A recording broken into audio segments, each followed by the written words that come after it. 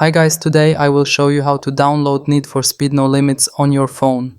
First, open Google Play or the App Store, depending on your operating system, whether Android or iOS, and click on the search bar, then type Need for Speed No Limits, and click on it. And now, to download the game Need for Speed No Limits, click on Install. The game, Need for Speed No Limits, has been downloaded over 100 million times on the Google Play Store.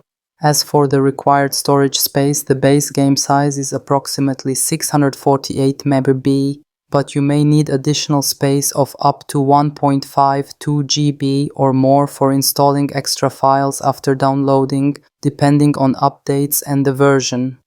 Ensure you have enough space on your phone, preferably 3-4 GB as a minimum to avoid any issues. And to try it, click on play. And now enter your date of birth. If you want to grant the game permission to send notifications, click on Allow. And now wait a bit for the additional files to download. And we're done. Now you can enjoy one of the most thrilling car racing games on your phone, Need for Speed No Limits.